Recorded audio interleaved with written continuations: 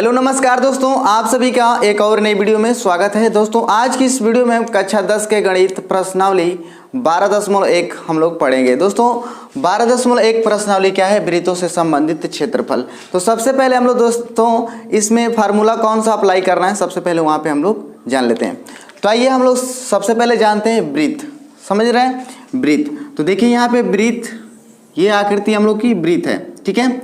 और वृत्त किसे कहेंगे दोस्तों, यहाँ पे बता दें आप लोगों को वृत्त क्या होता है, ठीक है।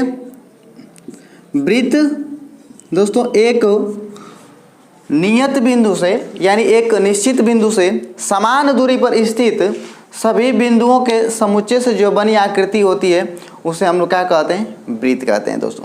जैसे यहाँ पे हम लोग मान लेते हैं एक ये क्या है? नियत बिंदु। इसका ये फिक्स बिंदु है, यहाँ पे इसको हम लोग कह सकते हैं कि ये निश्चित बिंदु है, ठीक है। और इससे समान दूरी पर देखिए यहाँ से यहाँ तक ये दूरी जो है ना दोस्तों, यहाँ से यहाँ तक दूरी जो है, यहाँ से यहाँ तक जो दूरी है, यहाँ से यहाँ तक दूरी है, ये समान है। यानी समान दूरी पर सभी स्थित बिंदुओं के जो समुच्चय से आकृति बनेगी दोस्तों, उस आकृति को हम लोग क्या बोलते हैं? वृत्त बोलते हैं दोस्तों। तो देखिए ये वृत्त हो गई, और जो निश्चित बिंदु होता है दोस्तों ना, उसको हम लोग बोलते हैं वृत्त का केंद्र बोलते हैं। क्या बोलते हैं दोस्तों? केंद्र बोलते हैं। यानी वृत्त का केंद्र यहाँ पे ये निश्चित बिंदु को बोलेंगे। सबसे पहले वृत्त जाने और वृत्त की यहाँ पे त्रिज्या की बात करें दोस्तों। वृत्त की त्रिज्या, वृत्त की त्रिज्या क्या होती है? तो देखिए वृत्त के केंद्र से परिधि तक की दूरी को हम लोग क्या बोलते हैं? वृत्त की त्रिज्या बोलते हैं। यानी यहाँ से यहाँ तक ये हम लोग का जो दूरी है वृत्त की त्रिज्या है। और वृत्त की परिधि क्या है दोस्तों? कि एक नियत बिंदु से समान दूरी पर स्थित बिंदुओं के समुच्चय को हम लोग क्या बोलते हैं? वृत्त बोलते हैं। और जो बाहरी बाहरी ये माप होता है ना, इसी को हम लोग वृत्त की क्या बोलते हैं? परिधि बोलते हैं। क्या बोलते हैं? वृत्त की जो बाहरी बाहरी माप होता है उसको हम लोग क्या बोलते हैं? वृत्त की परिधि बोलते हैं। तो देखिए यहाँ पे त्रिज्या हो गया दोस्तों हम लोग का r, ठीक है। और वृत्त की परिधि, वृत्त की परिधि, तो वृत्त की परिधि जो होती है दोस्तों, वृत्त के बाहरी बाहरी माप को हम क्या बोलते हैं? वृत्त की परिधि। तो वृत्त की परिधि को हम लोग दर्शाते हैं दोस्तों 2πr से, ठीक है। अब यहाँ पे एक आता है हम लोग का दोस्तों व्यास। क्या नाम आता है? व्यास। तो व्यास क्या होता है दोस्तों? यहाँ पे देखिए अगर कोई भी जीवा वृत्त के केंद्र से होकर जाती है तो उसको हम लोग कहते हैं वृत्त का व्यास। देखिए यहाँ से अगर त्रिज्या इधर भी मिला दिया जाए, मतलब ये वाली यहाँ से यहाँ तक क्या थी? त्रिज्या थी। और यहाँ से यहाँ तक ये क्या है? ये भी त्रिज्या है। अगर ये दोनों त्रिज्याएं एक सीधी मतलब हैं तो यहाँ केंद्र से होकर जा रही है, ये हम लोग का क्या? एक जीवा। तो इसका नाम हो जाएगा दोस्तों व्यास। क्या नाम हो जाएगा? व्यास, ठीक है। तो जो केंद्र से होकर जाएगी जीवा उसको हम लोग क्या देंगे नाम? व्यास, ठीक है। तो व्यास बराबर होता है फ्रेंड्स कितना? 2 × r, ठीक है। जबकि यहाँ पे जीवा की बात करें, ठीक है ना, तो जीवा दोस्तों जो वृत्त की परिधि है ना, किन्हीं दो बिंदुओं को मिलाने से जो बनी रेखाखंड होती है ना, उसको हम लोग क्या बोलते हैं? वृत्त की जीवा बोलते हैं। वृत्त के किन्हीं दो बिंदुओं को मिलाने वाली जो रेखाखंड होती है ना, उसको हम लोग क्या बोलते हैं? वृत्त की जीवा बोलते हैं। यहाँ पे देखिए यहाँ पे एक बिंदु ले लेते हैं और यहाँ पे एक बिंदु ले लेते हैं। अगर इसको मिला दिया जाए तो ये क्या नाम हो जाएगा? इसका नाम जीवा हो जाएगा। क्या नाम हो जाएगा?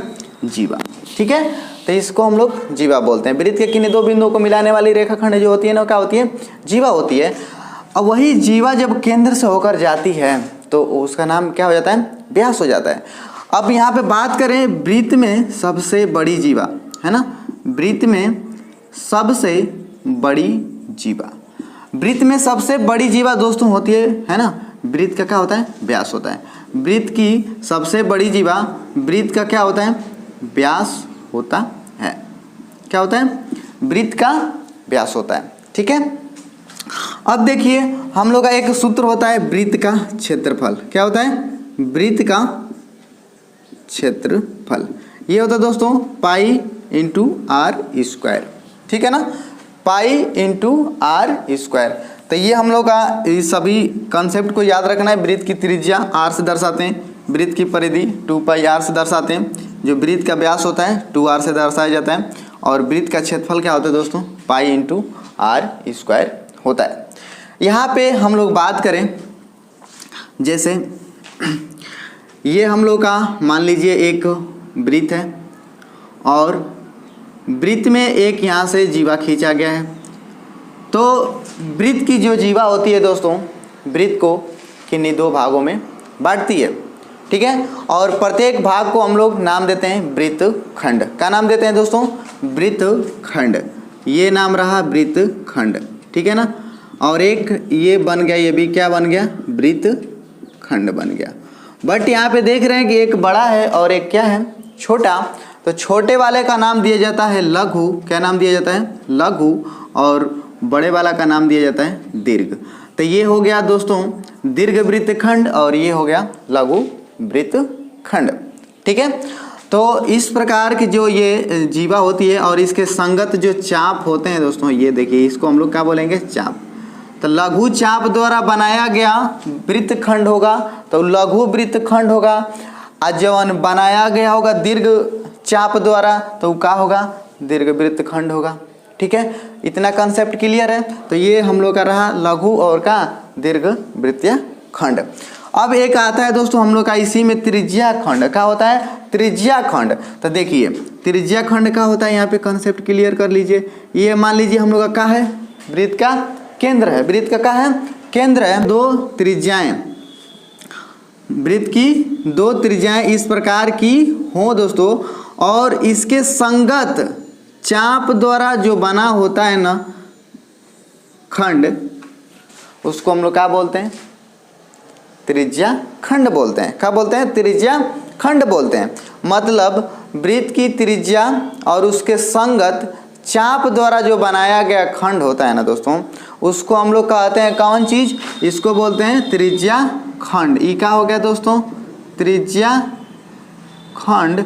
तो एहू में बन रहा है, देखिए ये क्या बन रहा है? एक हम लोग का लघु और एक क्या बन रहा है? ऊपर वाला दीर्घ। तो इसमें भी हो गया हम लोग का त्रिज्या खंड, एक लघु और एक का हो गया दीर्घ। तो दीर्घ त्रिज्या खंड और लघु त्रिज्या खंड।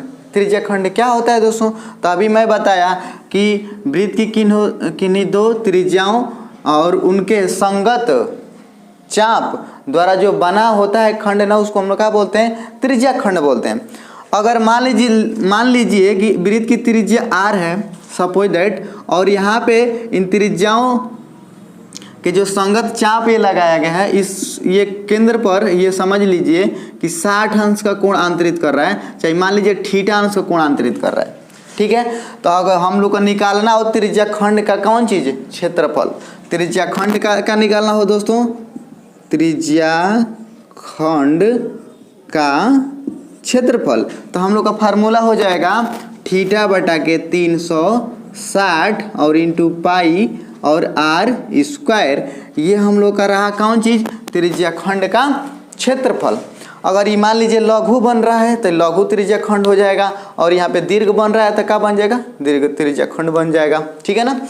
अब यहाँ पे अगर मान लीजिए थीटा दे दिया हम लोग का 60 तो 60 रखेंगे, 50 दिया तो 50 रखेंगे, 10 दिया है तो 10 रखेंगे, और त्रिज्या की जगह पर जो त्रिज्या का मान दिया रहेगा वो रखेंगे, ठीक है। आइए, अगर ये चाप की लंबाई दे रखा हो दोस्तों यल, मान लीजिए चाप की लंबाई यहाँ से यहाँ तक क्या है? यल, समझ रहे हैं, और थीटा यहाँ पे नहीं दे रखा है।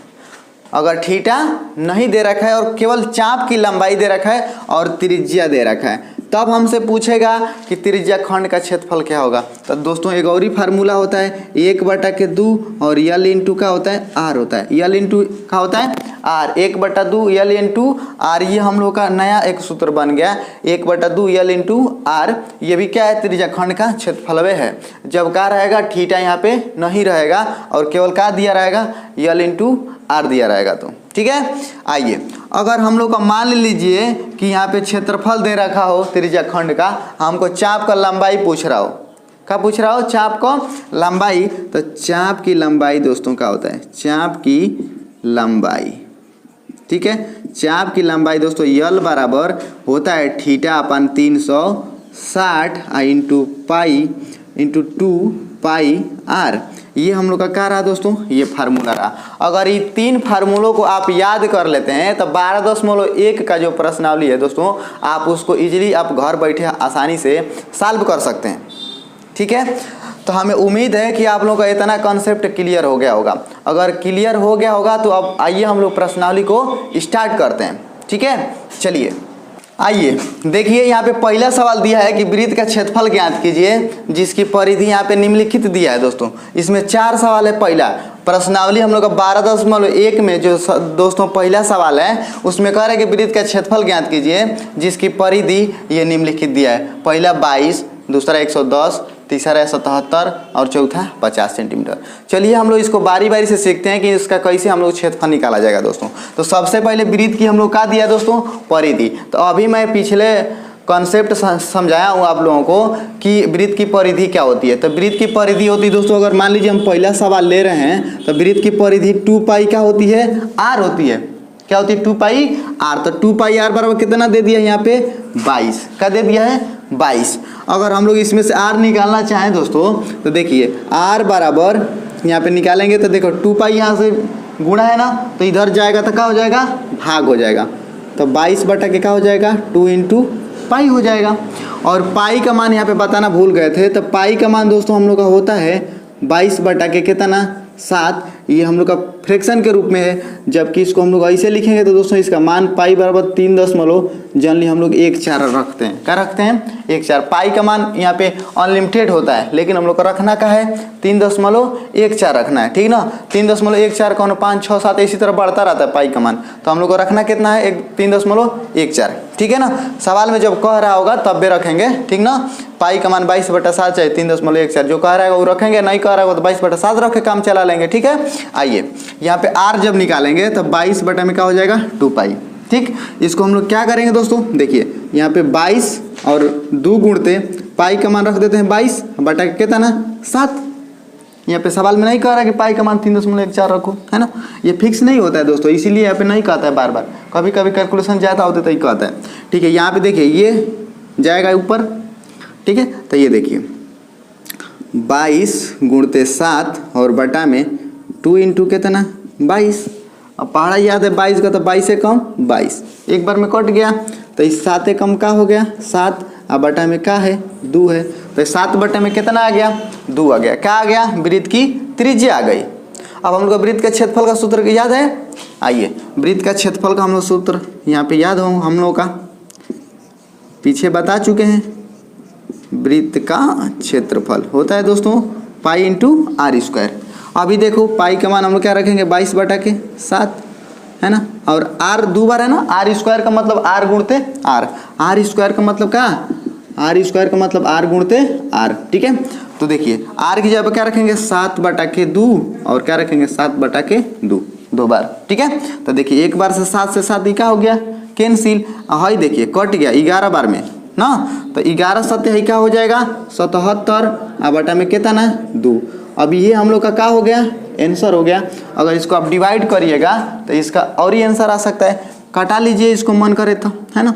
देखिए 3 दूना के 6 होता है, ठीक, एक बचेगा ये 17 हो जाएगा, तो 2 8 16 8 बार गया, बचेगा 1 दशमलव लगाइएगा 10 हो जाएगा, तो 2 5 10 आई में सेंटीमीटर का हो जाएगा स्क्वायर। ठीक है, तो ये पहला सवाल रहा दोस्तों, हमें उम्मीद है कि आप लोगों को ये समझ में आ गया होगा। ठीक है, इसी प्रकार के और ही सवाल लगा सकते हैं। देखिए पहला नहीं समझ में आया तो हम आप दूसरा पर अप्लाई करते हैं। ठीक है, चलिए इसको मिटा देते हैं। देखिए दूसरा सवाल हम लोग का ये भी क्या दिया है परिधि, ये दिया है, क्या दिया है परिधि। तो हम लोग इसको लिख सकते हैं कि 2 पाई आर बराबर कितना 110 ना, तो इसको कटा दीजिएगा तो ये कितना आ जाएगा 55 आ जाएगा। 2 से कटाइएगा तो ये 55 आएगा और हमको पाई को इधर भेज देना है। ठीक है ना, तो आर बराबर देखिए 55 बटा में कितना पाई, और जब पाई नीचे रहे दोस्तों तो उसका मान रखिएगा आप लोग 7 बटा के 22। कितना रखिएगा 7 बटा के 22, और जब पाई ऊपर रहे तो उसका मान रखिएगा 22 बटा के कितना 7। ठीक है, इजीली। तो आइए हम लोग यहाँ पे अप्लाई करते हैं। तो देखिए 55 गुणते कितना रखेंगे हम लोग 7 बटा के 22, 22 बटा 7 ना कितना 7 बटा के 22। तो देखिए अब इसको कटाइएगा 11 5 55 है, 11 दूना के बाद 22। ठीक है, इस 7 5 35, अब 35 बटा कितना 2, ये कितना आ गया वृत्त की त्रिज्या आ गया 35 बटा के 2। क्या चाहिए हम लोग का वृत्त का क्षेत्रफल। तो देखिए वृत्त का क्षेत्रफल, तो वृत्त का क्षेत्रफल क्या होता है पाई इंटू आर स्क्वायर। तो देखिए पाई का मान कितना है 22/7, आर का मतलब 35/2 और 35/2 वाली, ठीक ना। तो देखिए 7 पचे के 35, 5 बार में कटा, हाई देखिए 11 दूना के 22 कट गया। अब हेकर हम गुणा कर लीजिए, वही क्या हो जाएगा आंसर। देखिए 11 पचे 55 आ गुणते कितना 35 आ बटा में कितना 2। अब इसको आप कैलकुलेशन करके एमा क्या कर दीजिएगा, भाग दे दीजिएगा 2 से, वही क्या हो जाएगा हम लोग का करेक्ट आंसर हो जाएगा, ठीक है। अब देखिए ये तीसरा सवाल उसी प्रकार आप लगा सकते हैं, और क्या लगा सकते हैं चौथा सवाल उसी प्रकार लगा सकते हैं, ठीक है। तो ये कंसेप्ट आप लोगों का रहा, इस प्रकार हम लोग वृत्त का क्षेत्रफल आराम से निकाल सकते हैं, ठीक है। आइए देखिए दूसरा सवाल कह रहा है कि यदि एक चांदे का परिमाप 108 सेंटीमीटर है तो चांदे की त्रिज्या ज्ञात कीजिए। ये तो और ही आसान है। आइए हम लोग देखते हैं चांदा क्या है। दोस्तों चांदा हम लोग का एक यहाँ पे बनाएंगे आकृति, तो देखिए चांदा हम लोग का इस प्रकार का होता है, ठीक है ना। ये चांदे का हम लोग का क्या दे दिया दोस्तों परिमाप। परिमाप का मतलब क्या होता है बाहरी बाहरी माप। अगर हम लोग इसको एक वृत्त बनाएं दोस्तों तो ये बनेगा इस प्रकार की संरचना, ठीक है। ये क्या हो गया वृत्त, समझ लिए। ये अंडाकार लग रहा है लेकिन हम लोग यहाँ पे वृत्त समझेंगे, ठीक ना। तो वृत्त अगर वृत्त की ये देखेंगे तो ये सेंटर से होकर जा रहा है ना, ये सेंटर से होकर जा रहा है। तो यहाँ पे ये क्या हो जाएगा हम लोग का ये व्यास हो जाएगा। तो व्यास क्या होता है दोस्तों यहाँ पे 2 इंटू क्या होता है आर होता है, यानी व्यास की लंबाई कितना 2 इंटू आर। हम लोग बात करें वृत्त की परिधि के बारे में, तो वृत्त की परिधि होती है पूरा ये वाली, तो वृत्त की परिधि क्या होती है 2 पाई आर, है ना। तो यहाँ पे देखिए इसका आधा करेंगे तो आधा का मतलब 2 से भाग देंगे तो ये क्या हो जाएगा हाफ पाई आर, है ना। यानी हम लोग का क्या 2 पाई आर का हाफ करेंगे तो क्या होगा 1 पाई आर, क्या होगा 1 पाई आर, यानी केवल क्या होगा पाई आर, है ना। आइए अब यहाँ पे अगर कॉन्सेप्ट समझ गए तो ठीक है। तो ये वाली लंबाई जो ऊपर वाली होगी तो ये क्या होगी पाई आर होगी यहाँ से यहाँ तक, है ना, ठीक है। अब परिमाप का मतलब क्या होता है, परिमाप का मतलब होता है बाहरी बाहरी माप। क्या होता है परिमाप का मतलब बाहरी बाहरी माप। तो हम लोग लिखेंगे चांदे का परिमाप, चांदे का परिमाप दे रखा है 108 सेंटीमीटर। कितना दे रखा है 108 सेंटीमीटर। तो अगर हम लोग इसको देखें तो ये किसके बराबर होगा, तो ये देखिए पाई आर और प्लस कितना 2 आर, कितना पाई आर प्लस 2 आर के बराबर। तो ये कितना हो जाएगा 108 के बराबर, ठीक है। हेहू में आर बा, हेहू में आर बा, तो आर के का करब कामन, तो बची पाई आ प्लस कितना 2 बराबर 108, है ना। तो देखिए हमको आर चाहिए तो आर को रोक लीजिए, है ना। आप पाई का मान रख दीजिए यहाँ पे, तो पाई का मान 22/7 आ प्लस कितना 2 बराबर 108, है ना। अब देखिए 7 दूना के 14 और 14 में जोड़ देंगे कितना 22, तो ये हो जाए 36, है ना। कितना हो जाए 36 और 36 बटा में कितना 7 बराबर कितना 108, है ना। अब देखिए इसको भेजेंगे इधर तो ये नीचे वाला ऊपर और ऊपर वाला कितना नीचे, तो आर बराबर कितना 108 गुणते 7 आ बटा में कितना 36 और 36 का पढ़ा 3 बार पढ़ेंगे ना तो आ जाएगा 100 कितना 8, तो 36 थे 108 और 7 के कितना 21, तो आर बराबर कितना आ गया 21 सेंटीमीटर, ठीक है। तो हमें उम्मीद है कि आप लोगों को दूसरा क्वेश्चन अब समझ में आ गया होगा। अगर नहीं समझ में आया तो एक बार वीडियो को रिवीजन कर लीजिए, समझ में आ जाएगा। चलिए क्वेश्चन नंबर हम लोग 3 की तरफ पढ़ते हैं। 3 क्या कह रहा है, ठीक है। देखिए तीसरा सवाल है दोस्तों कि वृत्ताकार वलयों का क्षेत्रफल ज्ञात कीजिए जिनकी बाह्य त्रिज्याएं तथा आंतरिक त्रिज्याएं दे रखा है। यहाँ पे वलय क्या होता है दोस्तों, सबसे पहले हम लोग जानते हैं वलय क्या है, ठीक है।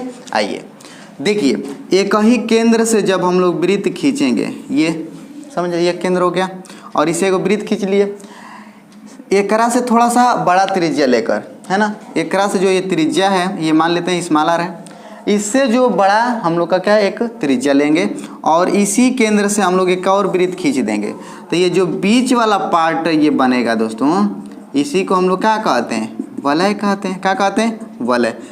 आप लोग इसका उदाहरण देखे होंगे, लकड़ी जो काटी जाती है तो उसमें वलय बन जाता है। क्या बन जाता है वलय, ऐसे देखेंगे ये बन रहता है। इसी से हम लोग लकड़ी का क्या निकालते हैं आयु निकालते हैं काउंटिंग करके। जब वलय रहेगा लकड़ी तो बरिश रहेगी, ठीक है ना। तो इसमें आप लोग देखिएगा ये आकृति को, तो इसको हम लोग क्या कहेंगे, वलय। तो देखिए ई वाली हम लोग का यहाँ से जो ये त्रिज्या है इसको हम लोग बोलेंगे स्मॉल आर, और यहाँ से यहाँ तक ये क्या हो गया, ये कैपिटल आर।